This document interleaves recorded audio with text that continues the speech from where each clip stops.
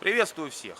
Ну что ж, следующее видео, долгожданное видео про профессиональный таежный костер, который ставится при очень сильных морозах, который очень долго работает и ставится и работает прямо на снегу, то есть он не тонет в снег. Костер называется охотничья корыта. Сразу предупрежу, что я вот лично знаю два вида костров под названием охотничья корыта. То есть одно называется просто корыта, один костер просто корыта. А вот то, что я сейчас буду ставить, называется охотничья корыта. И еще по две модификации на каждого из них. То есть 4 вида костров, 2 вида по 2 модификации. 4 вида костров под названием корыта, охотничья корыта. Это совершенно разные костры. В одних регионах привыкли жечь и называть вот то, что я сейчас буду ставить, охотничьим корытом. В других регионах привыкли испокон веков жечь и ставить то, что называется просто корытом. Костры абсолютно разные. И с виду, и по принципу работы, и по теплоотдаче. И вообще, это совершенно разные костры. У них просто форма похожа на корыто, потому и называется корыто. Один выглядит как корыто, а второй выгорает как корыто. Скажем так, один до, другой после. Вот потому и называются они с уклоном в корытное такое значение. В общем, костры разные. Один из них я сейчас поставлю, вы все увидите. Вот, значит, как выглядит костер под названием корыто. Это не пушка, под него подкладка не нужна. Именно так ставятся костры, чтобы они были и огненные, и крепкие, и мощные, сильные, на снегу. То, что будет выгорать, то будет, естественно, проваливаться, но костер будет самостоятельно идти вот туда вот дальше, вот по всей этой вязанке. Вязанка, условно, конечно, вязанка, ничего тут не связано, просто все уложено. Остатки сучков цепляются друг за друга, поэтому такая упаковка, такая пачка не разваливается. Старт костра начинается вот так, под углом. Сюда, естественно, идет затравочка, вот, и вот она разгорается. Вот так складывается правильно костер под названием корыто. Это никакая не модификация пушки и никакая не модификация какого-то другого костра. Это самостоятельный костер, который работает самостоятельно в своеобразном своем режиме. Огонь переходит вот туда вот дальше и идет до тех пор, пока у вас, ну, сколько бы у вас ни были эти хвосты сложены, так он будет дальше идти. Вот пошел розжиг нашего корыта, перемещающегося костра, который не тонет в снегу.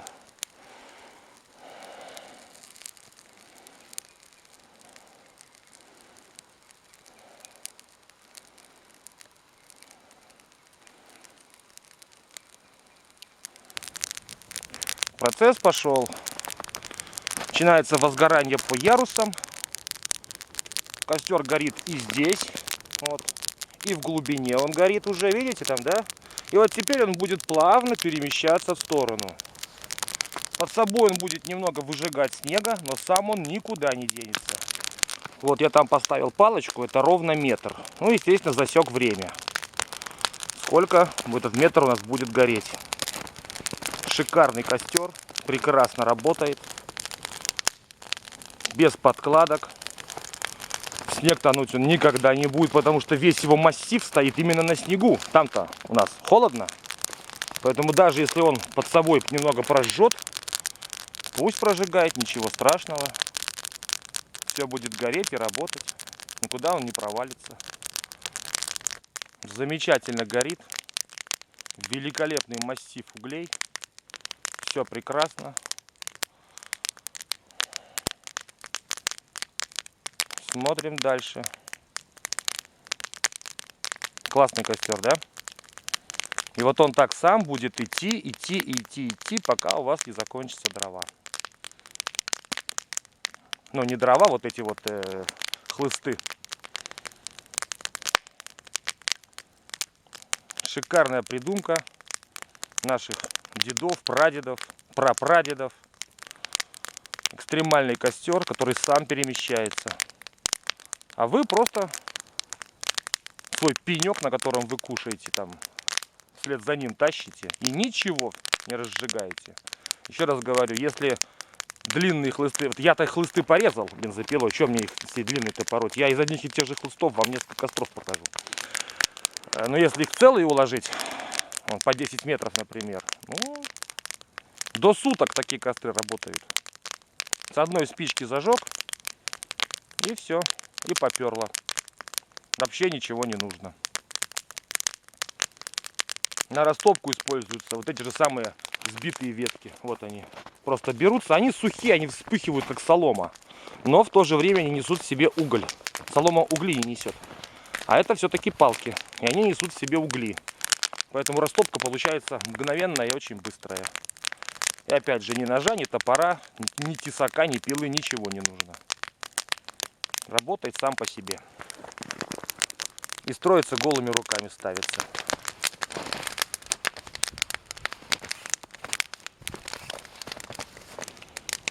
Потрясающий костер. Просто потрясающий костер.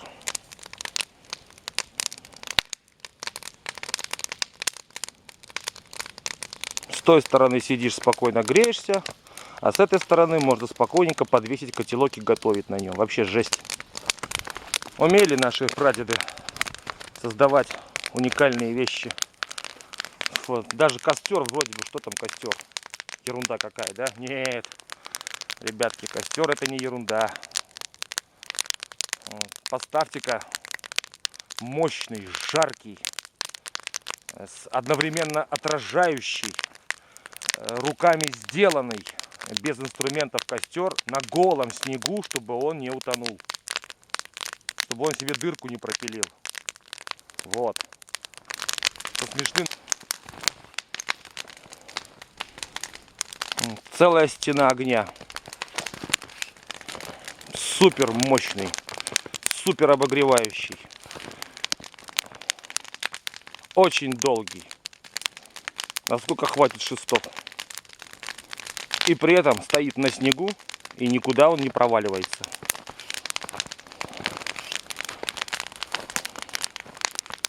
И не нужно изгаляться над костром пушка для того, чтобы поставить костер на снегу. Пушка это пушка, еще раз говорю. Пушка греет исключительно с торца. В экранном режиме в двух уровнях. Ноги и тело. Этот костер может обогреть целую толпу.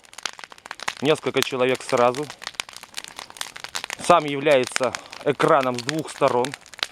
Если ветра вообще нету, он сам по себе экран двухсторонний. То есть вот тут сейчас спокойно могут сесть аж 3 человека. И вот тут сейчас спокойно могут сесть аж 3 человека. Ветра нету.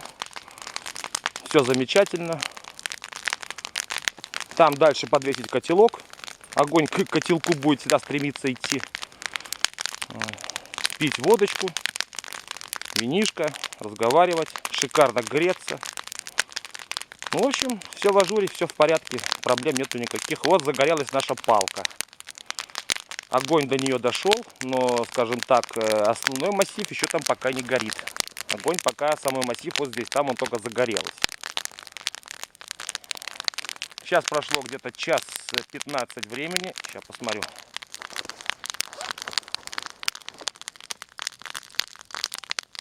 Да, час 15 времени прошло. Ну вот результат. Час 15. Метр прогорел. То есть, по сути, там уже загорится ровно через полчаса. О, через 15 минут будет 1,5 часа метр.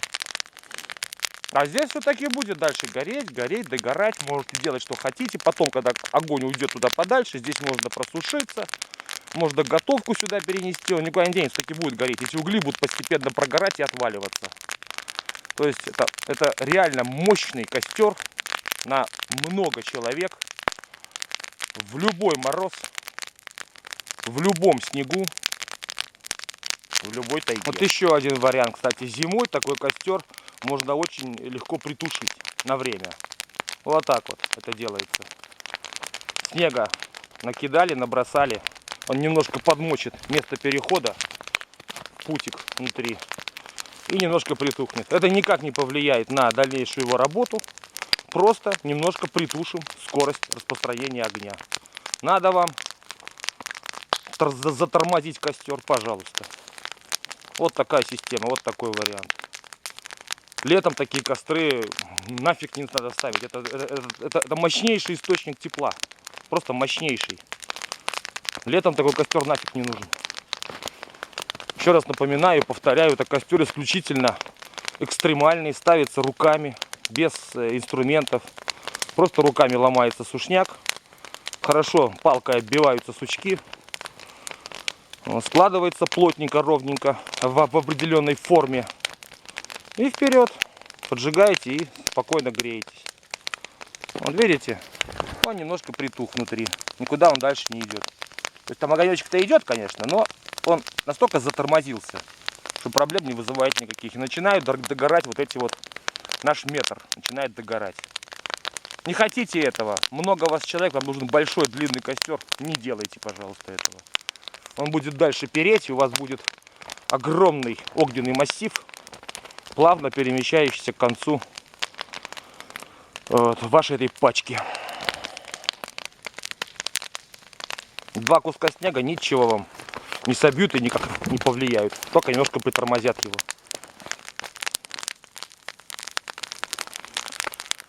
Ну, прошло, значит, 2 часа. Вот мы снегом остановили движение огня. Видите, да? То есть эти наши куски растаяли. Но это никак не повлияет на дальнейшее горение костра. Сейчас просто вот эта вся влага, которая внутрь туда протекла, тупо испарится. И костер будет спокойненько работать дальше. Его не остановить. Этот костер даже потушить-то будет сложно, на самом деле. Но тем самым мы добились того, что мы заставляем, притормаживая огонь, мы заставляем быстрее выгорать, то есть дольше вот то, что у нас еще имеется. По сути, вот эта стена угля и огня, жар стоит сумасшедший от нее, просто сумасшедший. Вот я сейчас сижу на расстоянии метра, у меня рука сейчас реально очень жарко, как будто я ее на плиту опускаю. То есть высочайшая температура. Вот я отошел на 1,5 метра сейчас.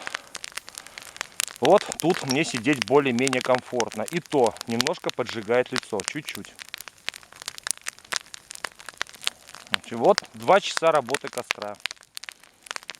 По сути, останавливая вот это вот здесь вот движение огня, снегом можно регулировать выжигание, выгорание временное, растягивать время на, скажем так, вот на то, чтобы эти угли полностью догорели. Скажем, вас, допустим, 2, там 3-4 человека, вам не нужен длинный костер, вам не нужно много. Вам вполне хватает вот такого метра. Вам его сильно хватит такого метра, чтобы и согреться, и пожрать себе, приготовить. Все, что вам нужно, без проблем. Все, берете снежочек и вот это вот место просто промачиваете немножко. Может быть, 2 раза придется это сделать. Но тем самым вы просто выжигаете вот эту часть, вот этот метр. Выгорает он дальше. Опять же, потренируйтесь, почувствуйте, как это и когда нужно прекратить смачивание. Огонь пойдет дальше, никуда он не денется. Стаканом воды это не остановить. 2,5 часа работы костра корыта. Вот концы начали уже загибаться, обламываться. Совершенно нормальное явление, эффект. То, что мы снегом притушили, место начинает потихонечку внутри разгораться. Как раз вовремя, скажем так. То есть тут нужно тоже почувствовать, сколько воды туда налить. Вот, все идет своим чередом 2,5 часа. Я вот хочу просто дождаться, когда он как бы вот обломится, часть его кусок. И показать вам, что происходит вот на этом этапе времени.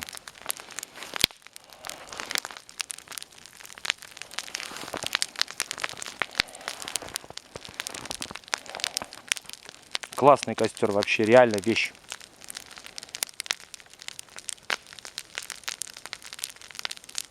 Вон она, вон она, вон она, вон она. Вон у нее жопа торчит. Эй. Я говорю, иди сюда. Вау. Бум. Ладно. Я же тут безделья с ума схожу. 3 часа. Вот что мы имеем на 3 часа. Здесь все практически выгорело. Поддон еще держится. Снизу знатная яма выгорела. Какие-то проваливаются. Но костер стоит и ничего ему не будет. Значит, костер пошел дальше. Метр костра мы растянули на 3 часа. С искусственным торможением снегом. Вот, просохло и все поперло дальше. В следующий раз делаем то же самое. Это все выгорает. То есть вот 3 часа работы, вот у нас кусок прогорел, проработал. Теперь мы переносим еще на метр. Как-то вот здесь вот у нас будет. Да. Не. Это уже больше 2 метров. Вот здесь вот. Во. Нормально. И делаем то же самое. 2 метра. Все горит. В следующий раз вот тут можем притушить. Ну все. Еще у нас 3 часа будет. Итого 2 метра костра у нас будет гореть 6 часов. То есть 1 метр 3 часа. Это с тушением. А если нет тушить, если вам нужен очень мощный костер, чтобы он дальше шел, где-то примерно метр будет гореть 1,5 часа, час 40. Но он будет дальше гореть, то есть просто огонь выйдет значительно дальше вот сюда вот за это время. В общем, вот результат, вот вам показатель, вот вам костер. Как его складывать, наверное, все поняли, ничего тут сложного нету. Снизу комлевые части, 4 штуки. И сверху 3 ряда по 3, то есть 9 получается у нас более тонких жердинок. В центре потолще, сверху, естественно, потоньше. Вот получается у нас, значит, 9 и 4. 13 жердин нам сломать нужно. 13 жердин почистить, оббить палкой сучки. Вот, качественно их уложить. И 13 жердин у нас будут великолепно работать до суток. До суток. Растягивать даже больше. Растягивать можно 1 метр на 3 часа. Соответственно, 5 метров это 15 часов. 10 метров это у нас 30 часов. Ну, сутки такой костер продержится. Если за ним немножко посматривать, каждые 3 часа, каждый метр его притушивать немножко, чтобы он быстро очень не шел. Все у вас будет в ажуре. Ну, что-то еще добавлять и рассказывать не вижу смысла, потому что все было наглядно видно вот в видео, как работает костер, как он укладывается. То, что от него температура зашкаливает, и так понятно. Вот. Хочу лишь только отметить, что такой костер ставить там при минус 10 не имеет ни малейшего смысла. Зажаритесь. Просто зажаритесь. Вы к нему близко не подойдете. Такие костры ставятся в исключительных случаях, то есть когда очень большие минусы, там за 40 заваливает и больше. От этого костра просто огромная отдача. Огромная отдача. Время работы его сильно огромное. То есть нужно знать время и температуру, скажем так, когда разжигать такие костры. Потому что сложить его, естественно, дольше, чем какой-то другой костер. Пока походишь, пока соберешь достаточное количество сушинок, то есть пока все это уложишь, обобьешь сучки, то есть пройдет час, да. Но зато потом вы имеете сутки, вообще никаких проблем. С тем, что такое костер и как его, наоборот, тушить надо. То есть я в видео растянул костер на 3 часа. Каждый метр технически можно растянуть даже на 4 часа, притушивая вот его костер, развитие костра дальше по этой связке.